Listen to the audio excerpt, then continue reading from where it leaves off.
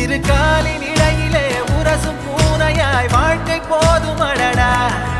எதிர்காணும் யாவுமே தீண்ட